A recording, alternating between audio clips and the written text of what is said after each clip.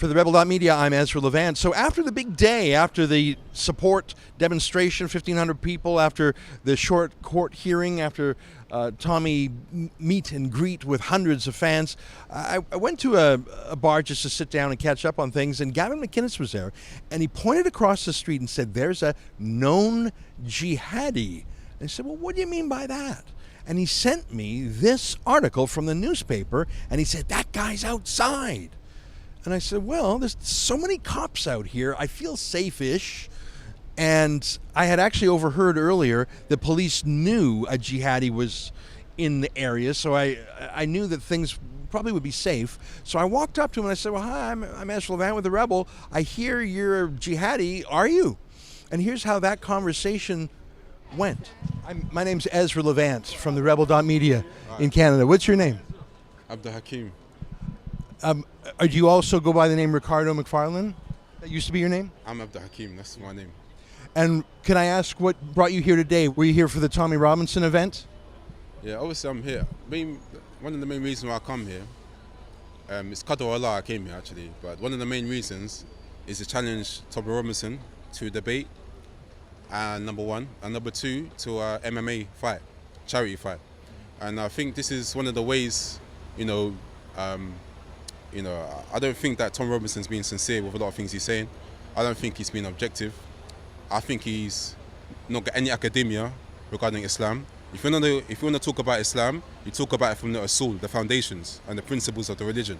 You don't just come and say blurt out stuff, because it's not sincere. Can I ask what your foundations are in Islam? My foundations come from the usul, which is the principles of the religion. Are you a convert or a revert to Islam? I'm a revert, yeah. Alhamdulillah.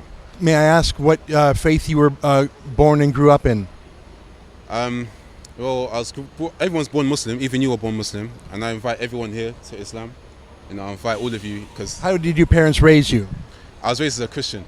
I went to church most Sundays. I went to Seven Sisters Church. I used to go there and... What caused you to leave the church and become a Muslim? I realized Islam was the truth, and I realized that Islam is superior to... I believe that is, yeah. Can I ask you a question though? There's different ways to promote Islam. Yeah. There's peaceful ways. There's even peaceful jihads or struggles, and there's violent ways. Do you support violent ways of jihad? Well, there's no peaceful way of doing jihad, is there? I mean, when you're killing someone, it's not peaceful, is it? Well, I've been told that jihad just means struggle, and it was possible to have a peaceful struggle. Is that not true? Jihad is just a peaceful struggle. I don't know. I was told that. Is that not accurate? Yeah. So in Islam, we have something called jihad. Yeah, that's in Islam. So just to make this question more relevant to the people, if you was, do you think it's justified for America to go to war, to attack certain countries like Iraq? Do you think that's justified? I don't know. You tell me. Well, it's not justified. It's clearly not justified. So what should be the retribution on America? Well, I don't believe that America has any moral ground to stand on. In terms of governments, if you look at Donald Trump, one of the first things he did when he came to office was to kill innocent children. He killed Anwar al-Awlaki's, son, and he killed his daughter. So what's the proper... Straight away when he came to power. But the thing is, there's a difference between the people in governance and there's a difference in the leadership. I believe that the leadership in this country, I believe that Muslims in general should call for a solution to the hypocrisy of man-made laws in this country, because the Sharia is the solution, ultimate solution for humanity. But what's the way to get Sharia law in the UK? Would you enforce it on the public through attacks? Do you believe that British soldiers should be attacked because they're manifestations of the secular state? Yeah, if I believe this, then I wouldn't be here. I don't know. Yeah, if I believe this, I wouldn't be. So where would you be? What I'm doing now, what I've been doing through the years, is promoting the Sharia through peaceful means. Through speaking about Islam, by speaking about the justice of Islam, and also putting down democracy as a hypocrisy. So, if you don't like democracy, do you think who should make the rules? Who should make the rules? Allah. But who interprets that? Would you interpret that? Yeah, that's why I said there's a usul. If you look up the usul of tafsir, there's principles in Islam how to rule by the Sharia. It's not just like you just make up your own laws. Now, I didn't know who you were until a friend said that you were associated with some men who were charged with terrorism. Is that true? Well, that's your interpretation. It's open to interpretation. I'm here to find out the facts because I had never heard of you until an hour ago. Are the BBC associated with Jimmy Savile? Yes. So what's going on? Like, how comes they're still able to propaganda? How comes no one's been charged with the BBC with associating? My message is very simple. I'm a Muslim, okay? I call for the justice of Islam, which is free food, clothing and shelter for all citizens. It's injustice to pay for food. It's injustice to work from 8 till 9 every day, or 8 till 6 every day, just for to pay your rent, just to pay for your food. I want to ask you a question. Some of the attacks that we've seen in London recently, on the Westminster Bridge, on other bridges, do you condemn those, or do you think that those people had the right idea? If you look at the 9/11 attacks, for example, yeah. Do you condemn those? Let me talk about the 9/11. That should be easy to do, right? Let me just say something, yeah. You have to look at the narrative. You have to look at things step by step, yeah. But how about the innocent people who were on the Westminster Bridge? Let's look at that. We have to look at the attacks themselves. 9/11. What did they say? I was watching a report when I was a non-Muslim. They said they found the passport of the one who did 9/11 at the attack. Okay, but I'm not talking about 9/11. I was talking about here in London. Yeah. What I'm trying to say to you is the media is very disingenuous with how they report stuff. So you don't think that I don't trust the media. Okay, can I ask you a question? I don't trust the media either, but I want to ask you a question. The Westminster Bridge, I was there on the Westminster Bridge shortly after a Muslim revert like yourself got in a car, ran down the road and ran down a bunch of civilians of many different backgrounds, many of whom were foreign tourists, so they weren't even Brits. When was this? This was last year. Do you believe that happened, or do you believe that's a media propaganda? I'd rather condemn the crimes of Britain and America against Muslims. So you won't speak out against that? Is it because you don't believe it happened? It doesn't make sense. If someone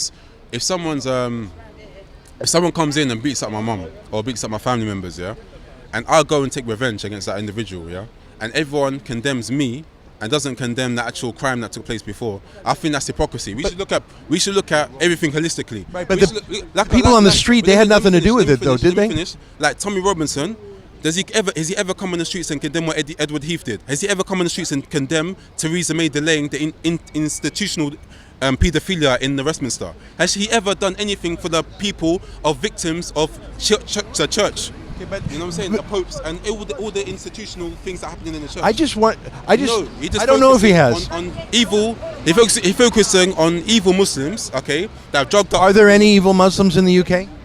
There are some certain people, okay, that call themselves Muslims that do evil things. Are there Muslim rape gangs? Tommy says there are, and police are prosecuting them. Do you think that that's a stitch up? Do you think there are Muslim rape gangs in the UK? Obviously, there are people, okay, that claim to be Muslim that are doing crimes, yeah? I'm not disputing that. But what Tommy Robinson, if he's sincere, he needs to focus on the people that are ruled in this country.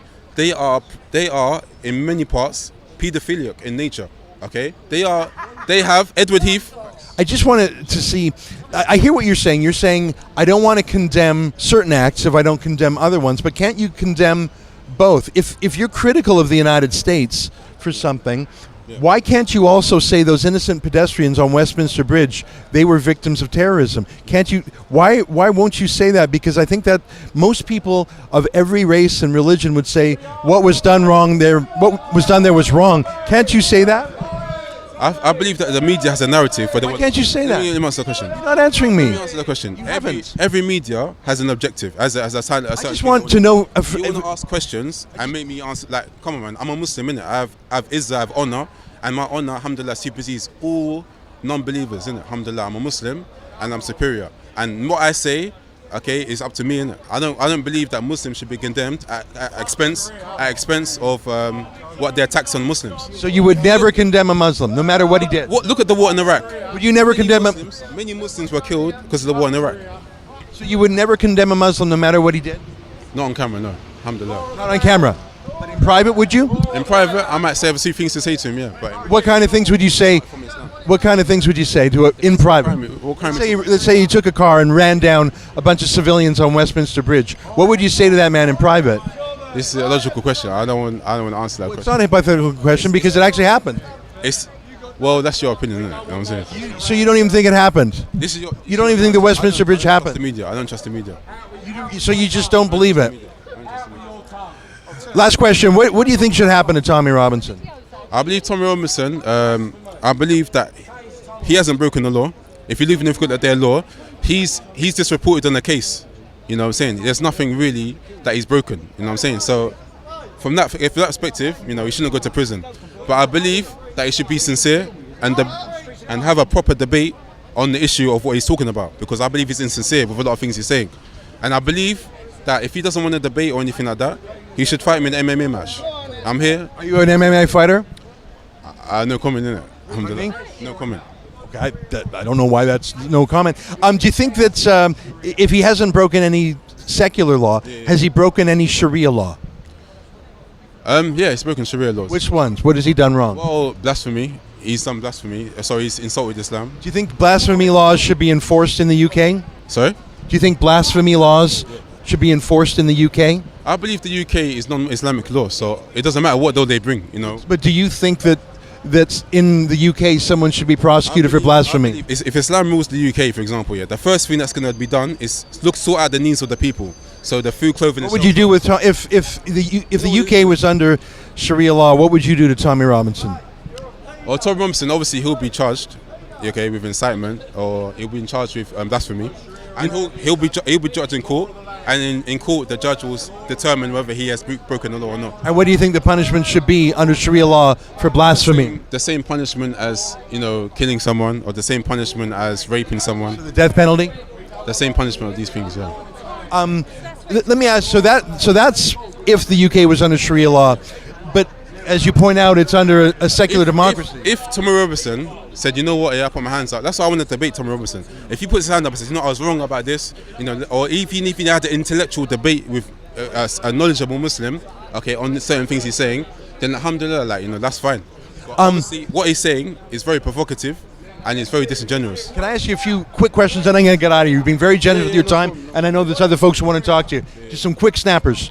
Do you think that someone who is a homosexual should be allowed to be a teacher in a school?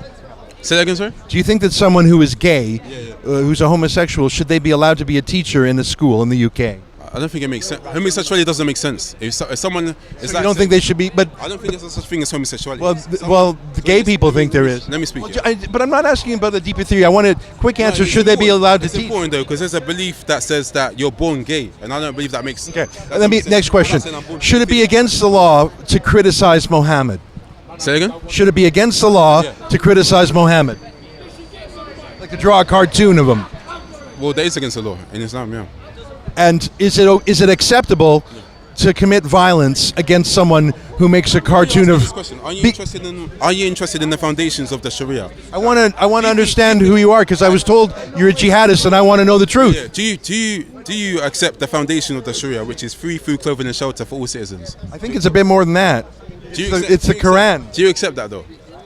I don't know. I haven't studied it deeply enough, and I'm not interested in that question for right now. I want to know if you think that in the UK that violence is acceptable against people who mock Mohammed. Mock Mohammed. Who like make a caricature or a cartoon or say he's a pedophile.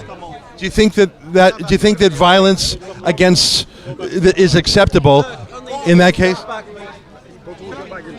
Yeah. Do you think that, keep it on that, yeah? Do you think that should be acceptable? I'm just trying to get. Listen, if you don't want to answer, I'll walk away. I'll let you be. But I was told you're a jihadist. I don't think it's like, for example, what is jihadist? What is a jihadist? Can you tell me? You're coming saying I'm a jihadist, yeah? What is it? I've heard that, and I wanted to find out the truth. You would know if you are. Why don't you tell me? Are you? I'm a campaigner for the Sharia in the UK. Have you ever been to Pakistan or Afghanistan or Iraq or Syria? No. Would you ever take up arms for a theocracy, like a caliphate? What I will say is that the government we're under at the moment, Miami law, is oppressing the people. People are committing suicide because they can't have enough money to eat. You're evading all my questions. Children. I mean, this is the main thing. It's like an elephant in the room. We're focusing on people like myself, etc. I got one last question. If someone you knew was going to join ISIS or another terrorist group and go to Syria, Iraq, or somewhere else, if someone said, Abdul Hakim, I'm going to join. Am I saying your name right? Abdul Hakim. If someone said, Abdul Hakim, I'm going to join ISIS or some other terrorist group, and I'm going to take a SUV and I'm going to run it down Westminster Bridge, would you report them to the police? It's not allowed. It's not allowed. It's not allowed for a Muslim to report on a Muslim brother. So you wouldn't? It's not allowed in Islam. So that's a no. It's not allowed in Islam. Has that ever happened to you? Has someone ever said to you, Abdul Hakim, I'm going to join and do a terrorist thing? No, no one. Would you even tell me? It's not. It's not even something that someone would do. You know what I'm saying? Well, so you're saying it's never happened? Sorry. Listen, I appreciate your time. I'm going to let you go, Abdul Hakim. I appreciate your time. Okay. You don't shake hands with me? No. How come? Because Am I haram? you know, I respect. I can't shake hands with women. Innit? But I'm not a woman. Because you're not. You won't shake. So that's your excuse for her. But what's your excuse for me? Thanks very much for your time. You won't shake my hand? What, is it because I'm an infidel? What's the reason you can't? What's the reason? Well, so the reason is You come here with an agenda. If you didn't come with an agenda, you won't even shake my hand because you won't even shake. Pardon me? It's a Tom Robinson thing. Nah. Look here. Okay. Well, I appreciate your time. You were generous with your time. I'll wave at you then. Mad thing. Okay. Bye-bye. So that's my conversation with Abdul Karim, real name Ricardo. As he says, a convert to Islam. I tried to pin him down on things. I found him very much like a watermelon seed. When you push him down from this side, he scooched that side. When you push him down from this side, he scooched that side. But I did get a few things out of him. I asked him if it should be illegal for there to be teachers who are gay. He said, gay isn't even a thing. I'll take it that means he doesn't think there should be gay teachers. I asked him if he thought it was acceptable to commit violence against those who mock Mohammed. And he said, well, under Sharia law, the punishment would be death. I asked him if he had overheard that a friend of his was going to join ISIS or another terrorist group, would he call police? And he said, no, you don't rat out another Muslim. And when I said goodbye to him, I reached out my hand to shake his because he was very generous with his time. And he put up with hecklers who gathered behind us. And he wouldn't shake my hand. And then the women standing next to me offered theirs. I knew he wouldn't shake theirs because I knew that gender apartheid is part of Islam. I didn't know why he wouldn't shake mine. Is it because I'm an infidel? I'm not quite sure why. But I don't know what to make of him. I know there are 23,000 jihadis in the UK who are being tracked by the police. I understand 3,000 of them are tracked 24/7, 365. I don't know if this guy is one of them, but there he is on the streets saying under his way of life, under his rule of Sharia law, Tommy Robinson wouldn't be on trial for contempt of court. He'd be on trial for blaspheming against Mohammed, and the punishment would be death. For the Rebel.media, I'm Ezra Levant. I'm here in the UK for Tommy's second contempt of court trial. To see all my videos on the subject, go to tommytrial.com.